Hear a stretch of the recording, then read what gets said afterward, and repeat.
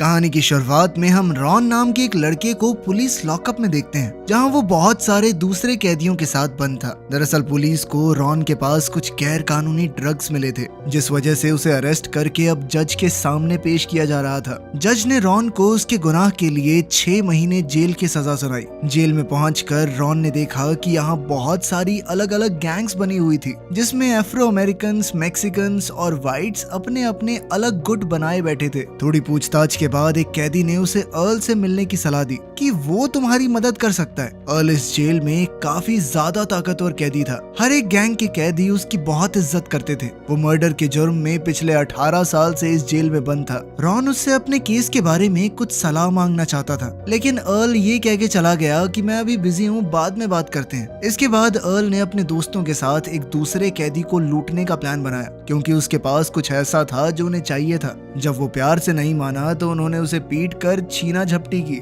इतने में जैसे ही एक गार्ड की नजर उनके ऊपर पड़ी तो वो जल्दी से वहाँ से ऐसे निकल गए मानो कुछ हुआ ही ना हो। 18 साल से इस जेल में होने की वजह से अर्ल सभी गार्ड्स को अच्छे से जानता था, और तो और वो कैप्टन का भी बहुत अच्छा दोस्त बन चुका था। वो कैप्टन के लिए जेल की रिपोर्ट्स और बाकी छोटे मोटे नोटिसेस भी टाइप कर देता था। रॉन के सेल में उसके साथ एक ट्रांसजेंडर कैदी को डाला गया था, जिसने उसे बताया कि चिकना है तो लड़के, थोड़ा बच के रहना, समझा? तुझे तो कच्चा चबा जाएंगे, खूंखार दरिंदे भरे पड़े हैं इस जेल में। खैर उसी शाम अर्ल का एक दोस्त वीटो रॉन को साइको माइक नाम के कैदी से बात करते हुए देखता है। वीटो जानता था कि साइको माइक किस तरह का इंसान है, और उसने अर्ल को बताया कि रॉन पर जल्द ही एक अटैक होने वाला है। उधर रॉन का सेलमेट वो ट्रांसजेंडर कैदी भी रॉन को जल्द से जल्द एक तेज धार चाकू का इंतजाम करने को कहता है, ताकि रॉन खुद को बचा सके। अगले दिन रॉन ने जिम में अर्ल से पूछा कि उसे एक तीखा चाकू जैसा हथियार कैसे और कहां से मिल सकता है। साथ ही उसने अर्ल को साइको माइक वाली पूरी बात बताई। अर्ल ने कहा कि देख, तू कुछ महीनों के लिए आया है यहाँ पर, लड़ाई झगड़े में पड़ेगा तो तेरी सजा और बढ़ सकती है, समझा? जिसके बाद वो खुद अपने दोस्तों के साथ माइक से मिलने पहुंचा।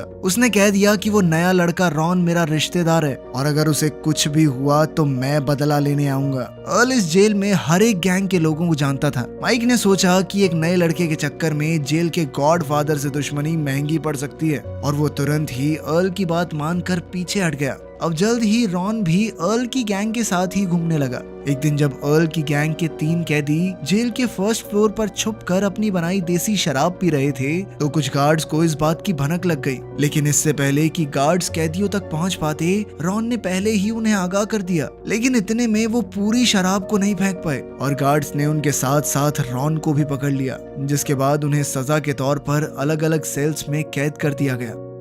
अर्ल को रॉन की ये बात बहुत पसंद आई कि उसने अपने बारे में ना सोचते हुए उसके दोस्तों को बचाने की कोशिश की थी। उसका शुक्रिया अदा करने के लिए अर्ल ने एक कैदी के हाथ रॉन को एक मैगजीन में छुपाकर सिगरेट की डब्बी और एक नोट भिजवाया, जिसमें लिखा था कि जब तुमसे सवाल किए जाएं तो इस बात पर टिके रहना कि मैंने कुछ नहीं किया। एक हफ्ते बाद जब जेल के ऑफिसर्स ने रॉन से पूछताछ की, तो उसने किसी भी ग्रुप के साथ शराब पीने वाली बात पूरी तरह से नकारते हुए कहा कि मैं तो बस वहाँ से गुजर रहा था, मुझे तो बिना बात के पकड़ लिया गार्ड्स ने। इस इन्वेस्टिगेशन के बाद सभी कैदियों की सजा में 1-1 साल और जोड़ दिया गया, लेकिन रॉन बच गया। साथ ही अर्ल ने कैप्टन के ऑफिस में कैदियों की रिपोर्ट लिखते हुए रॉन की रिपोर्ट में काफी सारी अच्छी चीजें लिख दी, ताकि अगली हियरिंग के दौरान जेल में उसके अच्छे बर्ताव के चलते जज उसकी सजा को और कम कर दे। जिसके बाद रॉन ने अर्ल से मिलकर उसका शुक्रिया अदा किया। तभी अचानक रॉन ने देखा कि कैदियों के फ्री टाइम के दौरान एक आदमी को उसकी आंखों के सामने चाकू से मार दिया गया। वो इस घटना से काफी डर गया, और अर्ल को भी इस बात का एहसास हुआ कि रॉन एक मासूम लड़का है, जिसके लिए इस जेल में कोई जगह नहीं थी।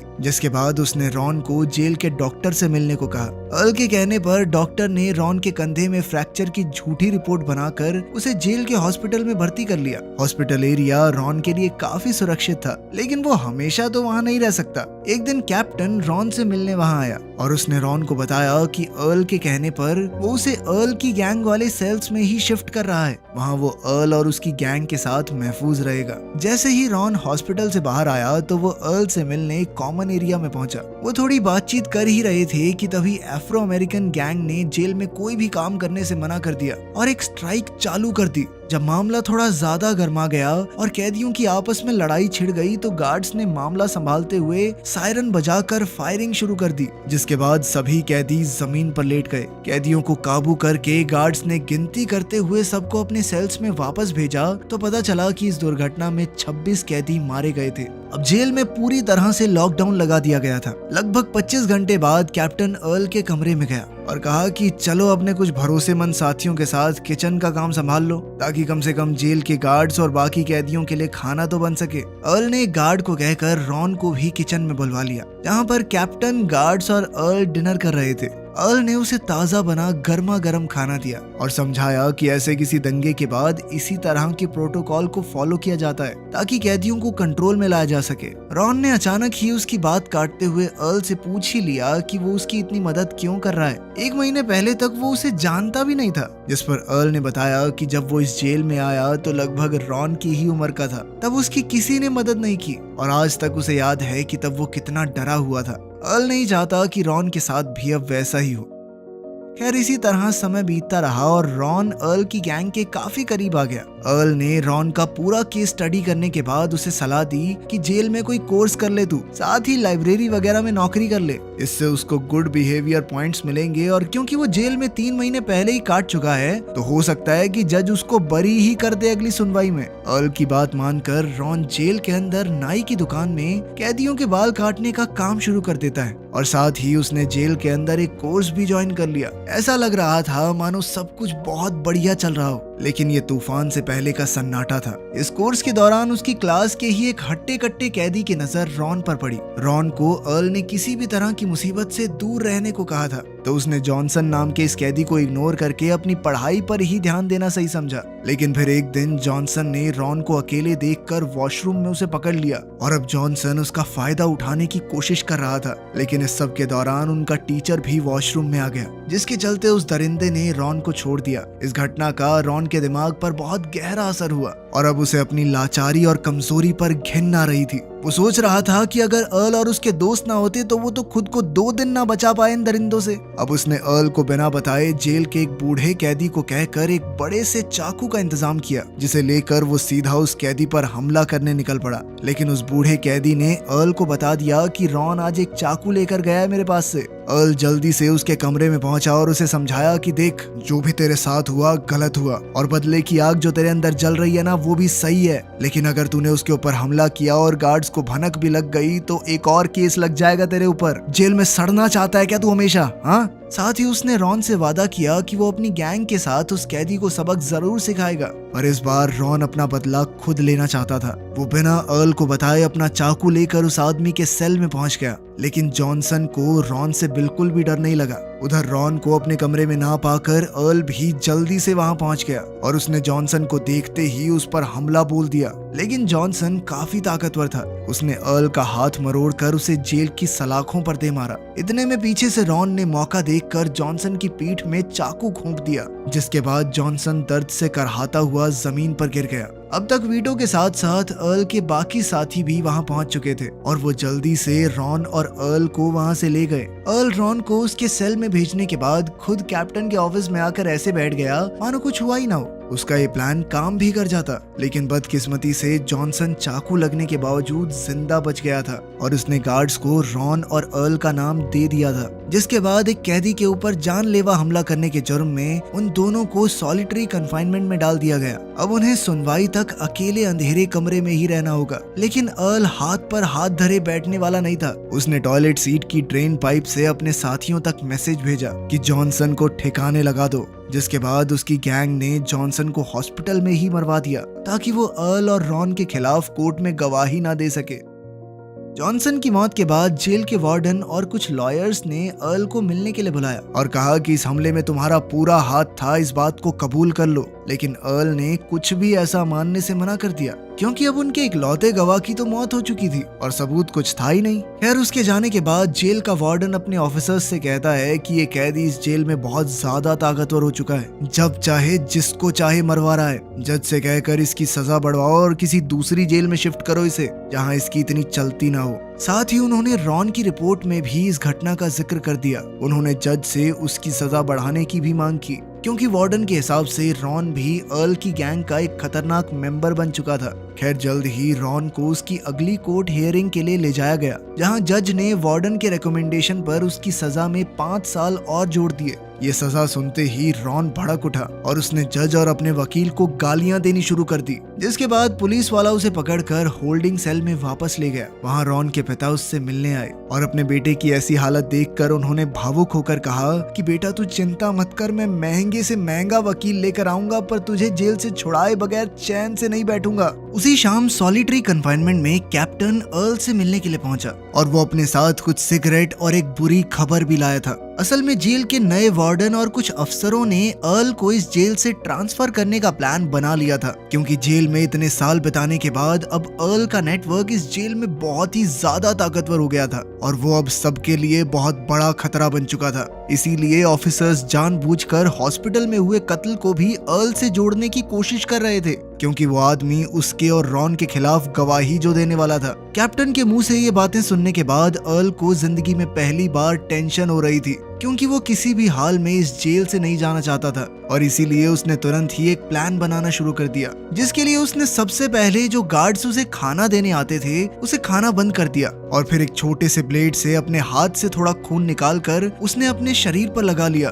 और फिर उस बचे हुए बासी खाने को टॉयलेट सीट पर बिखेर दिया। अर्ल को इस हालत में देखकर अब गार्ड्स को लग रहा था कि शायद सॉलिटरी कन्फाइनमेंट में ज्यादा देर तक रहने की वजह से अर्ल का मानसिक संतुलन बिगड़ गया है और इसीलिए उसे तुरंत ही वहां से निकालकर मेंटल वार्ड में डाल दिया गया। बाहर निकलकर अर्ल सबसे पहले रॉन से मिला और जब उसे पता चला कि रॉन भी अब कई साल तक जेल में रहने वाला है तो उसने तुरंत ही रॉन के साथ जेल से भागने का प्लान बनाने का फैसला किया। इसके लिए रॉन ने सबसे पहले अपने पिता को उसके और अर्ल के लिए जेल से निकलने के बाद एक नई जगह पर सुरक्षित ठिकाने का इंतजाम करने को कहा, जिसके बाद अर्ल जेल में हो रही हर एक चीज पर पैनी नजर रखने लगा ताकि वो जेल से भागने का ऐसा रास्ता ढूंढ सके जिसमें पकड़े जाने की कोई संभावना ही न हो। इसी दौरान एक दिन वो दोनों नहाते वक्त अपना प्लान डिस्कस कर रहे थे कि तभी एक पागल कैदी ने वहां आकर जोर जोर से गाने गाना शुरू कर दिया और जब अर्ल ने उसे रोकने की कोशिश की तो उस आदमी ने अचानक से एक टूथब्रश से बने हुए हथियार से अर्ल और रॉन पर हमला कर दिया। इस हमले में अर्ल की छाती पर और रॉन के चेहरे पर चोट आई और इसीलिए उन दोनों को जेल हॉस्पिटल में भेज दिया गया। यह हमला एक अफ्रो अमेरिकन कैदी ने किया था, इसीलिए अब सभी व्हाइट कैदी किसी भी हाल में इसका बदला लेना चाहते थे और जेल में चारों तरफ काफी गंभीर माहौल बना हुआ था। पर तभी एक दिन अफ्रो अमेरिकन गैंग का एक लीडर अर्ल से मिलने के लिए सीधा हॉस्पिटल में ही पहुंच गया। उसने अर्ल को बताया कि असल में उस पर हमला करने वाला वो आदमी दिमागी तौर पर ठीक नहीं है और ये काम उसने सिर्फ अपने पागलपन के चलते किया है और अब वो चाहता था कि अर्ल व्हाइट गैंग के मेंबर्स को बोल दे कि वो बिना बात के दंगे ना भड़काएं, क्योंकि नुकसान तो फिर कैदियों का ही होना है। अफ्रो अमेरिकन गैंग में भी सभी लोग अर्ल की बहुत इज्जत करते थे और उस लीडर ने अर्ल को भरोसा दिलाया कि हम उस आदमी को खुद ब खुद सजा देने को तैयार हैं। इधर अर्ल भी नहीं चाहता था कि बिना बात के जेल में लड़ाई भड़क जाए, इसीलिए उसने अपने सभी साथियों को कोई भी कार्रवाई ना करने को कहा। इसके बाद अफ्रो अमेरिकन गैंग के खतरनाक आदमी ने उस हमलावर को मारकर जेल के गार्बेज ट्रक में फेंक दिया ताकि उसकी लाश गार्बेज ट्रक में ही क्रश होकर जेल से बाहर निकल जाए। पर जैसे ही ये बात अर्ल को पता चली तो उसके दिमाग में तुरंत जेल से बाहर निकलने का एक प्लान चलने लग गया, जिसके बाद उसने रॉन को बताया कि गार्बेज ट्रक हर रोज जेल में आता जाता है पर इसकी अंदर से कभी जांच नहीं की जाती, क्योंकि ड्राइवर हमेशा कूड़े को अंदर ही क्रश कर देते हैं और इसी डर की वजह से आज तक किसी ने उसके अंदर घुसने की कोशिश तक नहीं की। पर अगर वो कुचले गए बिना अंदर छुपने में कामयाब हो गए तो उनके सामने उनकी आजादी बाहें फैलाकर खड़ी थी। ये काम बहुत खतरनाक था और इसीलिए अर्ल ने अपने सबसे पुराने साथियों से मदद मांगी और उन लोगों ने पूरा प्लान सुनने के बाद गार्बेज ट्रक के कर्मचारियों को रिश्वत देकर इस काम के लिए मना लिया। उधर किचन में काम कर रहे कैदियों ने उन दोनों के लिए 2 बड़े सरियों का इंतजाम किया, जो कि उनके हिसाब से इतने ताकतवर थे कि वो क्रशर को रोक सके, क्योंकि उन्हीं की मदद से उन्हें ट्रक के अंदर घुसने के बाद क्रशर को रोकना था, वरना उनकी हड्डी पसली एक हो जाएगी। सारी तैयारियां खत्म करने के बाद अब अर्ल और रॉन जेल से भागने के लिए तैयार थे। एक रात पहले अर्ल अपने सभी खास साथियों के साथ एक आखिरी बार बैठा और उन सभी को अलविदा कह दिया, क्योंकि अब 18 साल के बाद अगली सुबह वो यहाँ से भागने वाला था। खैर अब अगली सुबह अपने कमरों से बाहर निकलते ही रॉन और अर्ल चुपके से किचन में घुस गए, जहां कुछ कैदियों ने उन दोनों की गार्ड से छुपने में मदद की, जिसके चलते वो लोग गार्बेज बैग और उन सरियों को लेकर सीधा गार्बेज ट्रक के पास पहुंच गए, जहां गार्ड्स की नजर से बचते हुए रॉन सीधा ट्रक के अंदर कूद गया। पर जैसे ही अर्ल की बारी आई तभी अचानक एक गार्ड वहां पहुंच गया, जिसके चलते अर्ल चाहकर भी उस ट्रक के अंदर नहीं कूद पाया। अब तो गार्ड ने दरवाजा भी बंद कर दिया और फिर वहीं खड़ा होकर ट्रक वाले से बातें करने लगा। ठीक उसी समय ट्रक के अंदर मौजूद रॉन ने उस सरिये को क्रशर के बीच में अटकाकर अपनी जान बचा ली। कुछ देर बाद वो ट्रक किचन एरिया से निकलकर गेट पर पहुंच गया, जहां रूटीन चेकिंग के दौरान किसी भी गार्ड का ध्यान अंदर मौजूद रॉन पर नहीं गया।